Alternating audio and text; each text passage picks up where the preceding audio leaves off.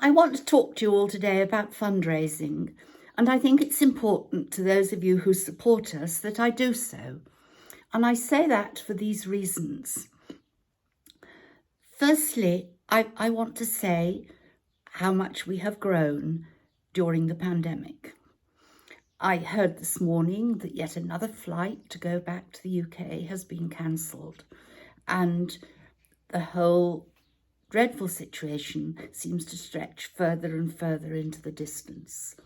But during the last 18 months, we, as you know, have doubled the number of our animals, which includes undertaking a huge building programme.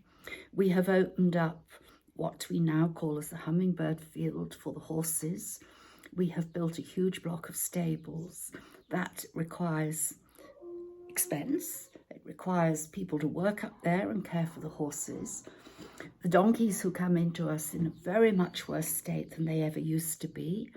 And we have so many disabled donkeys, which of course means extra work, extra medication, extra time. You don't have to be brain of Britain or Morocco to understand that.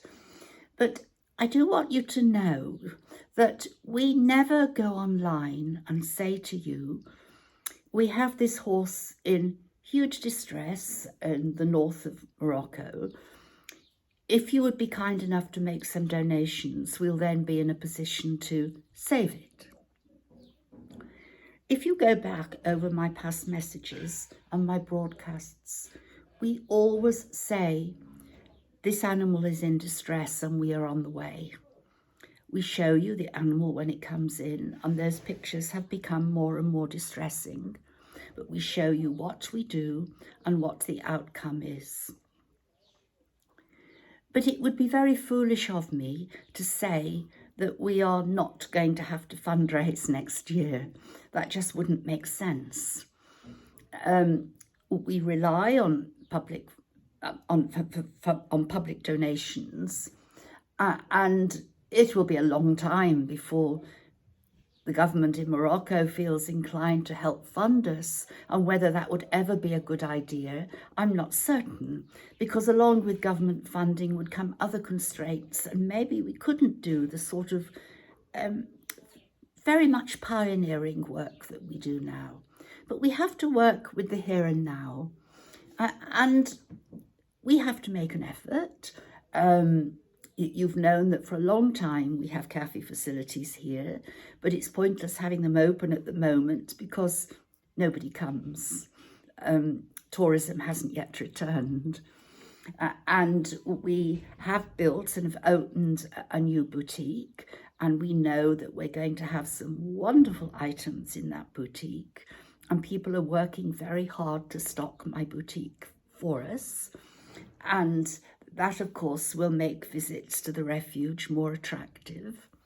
We are making arrangements with people that we can perhaps open facilities abroad and ship our oil, our herbs, our spices. You'll have seen some of the packaging online, and we think it looks wonderful, and we think that will be a very good thing for the future.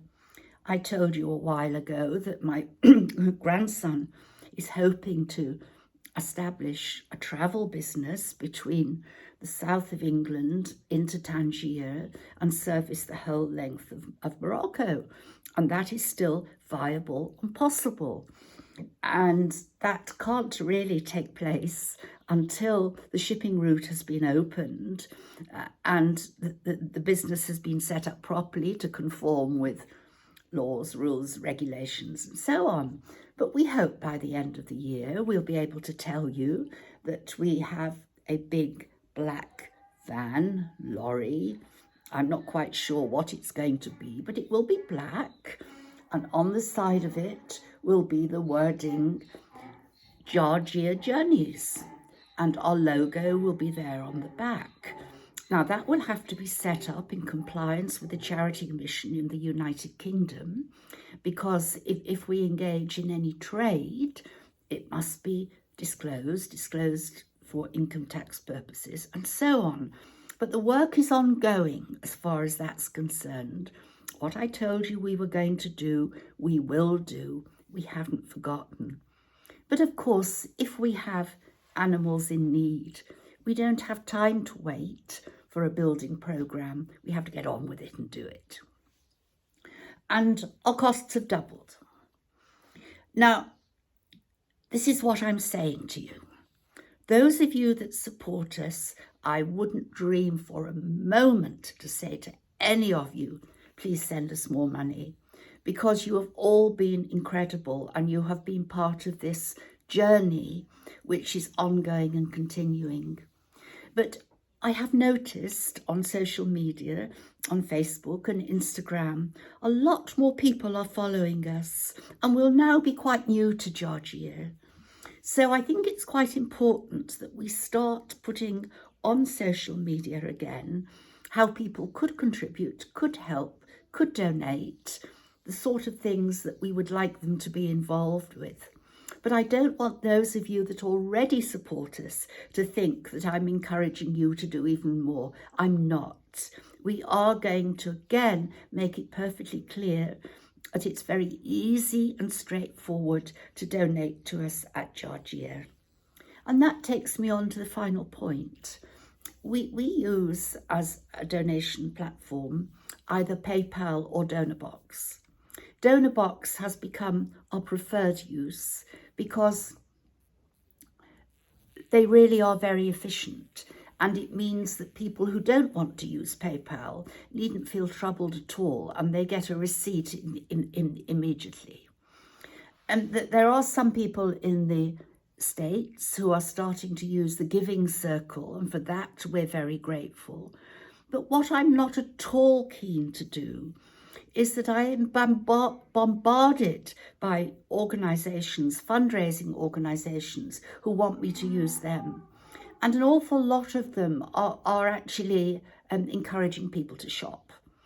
Now, I'm not going to write to everybody and say, please shop at Smith's, John Lewis, etc., etc., etc., and then a portion of that will come to Georgia, because I don't want to encourage people to shop in that way and be part of the decision-making process about which shops they use. People are not unintelligent and they must make that decision for themselves.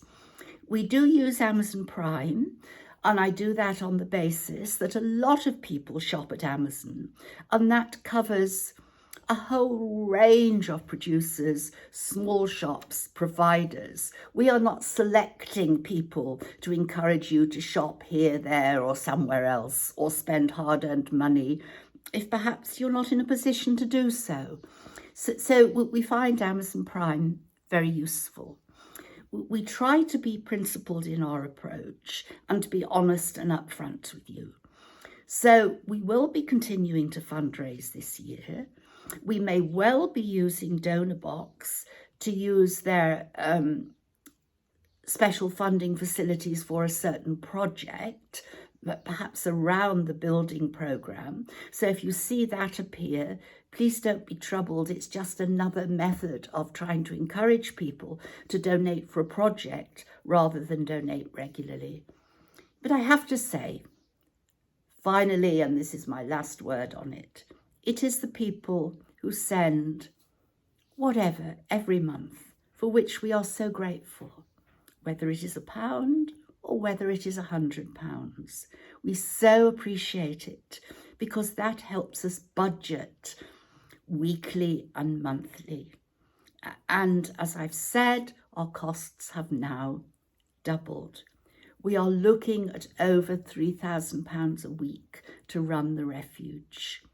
And I am sure that every other charity will be saying the same. And I feel for every one of them.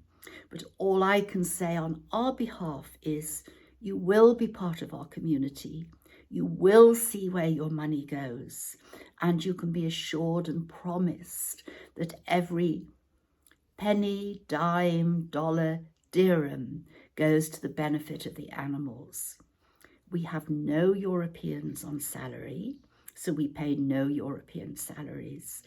We pay what I hope you would consider in Morocco a good wage to our Moroccan workers, and that in turn helps keep their families and the local surrounding area alive and functioning properly. We buy all our food and everything locally, and that is very important in terms of Moroccan economy, which is struggling at the moment. So that's our vision for the future. You will hear quite a lot from me about specific things that we're going to do. It will fall upon my shoulders because as the years go by, I can't lift or do the heavy work I used to 10 years ago. So they sort of banish me to this office to deal with the admin. I apologise if there are gaps and I don't answer everybody as quickly as I should, but we try to do our best without incurring admin expenses. So thank you all for listening, and here's to the summer coming and the next year ahead. Bye-bye.